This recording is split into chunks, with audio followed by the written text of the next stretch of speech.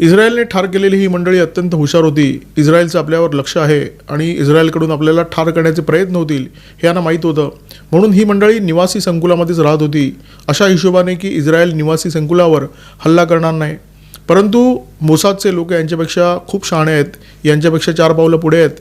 त्यांनी वेचून वेचून अक्षरशः यांना ठार केलेलं आहे. म्हणजे अशा प्रकारे यांना ठार केलं की ज्या इमारतीमध्ये, ज्या घरामध्ये हे राहतात त्या घरांवरच हल्ला करण्यात आला आणि बाजूच्या घराला साधा उरखडासुद्धा आलेला नाही आहे. इराणची आण्विक क्षमता नष्ट करणं हे ऑपरेशन रायझिंग लायनचं प्रमुख उद्दिष्ट होतं आणि हे लक्ष्य गाठण्यामध्ये इस्रायलला बऱ्यापैकी यश आलं आहे असं म्हणता येईल.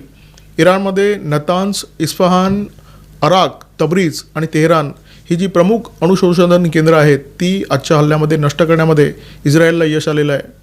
मोसादकडे अचूक माहिती होती की इराणने इतपत युरेनियम समृद्ध केलेलं आहे की त्यांना 9 बॉम्ब बनवता येतील आणि हे बॉम्ब अर्थातच इस्रायलच्या विरोधात वापरण्यात येणार होते.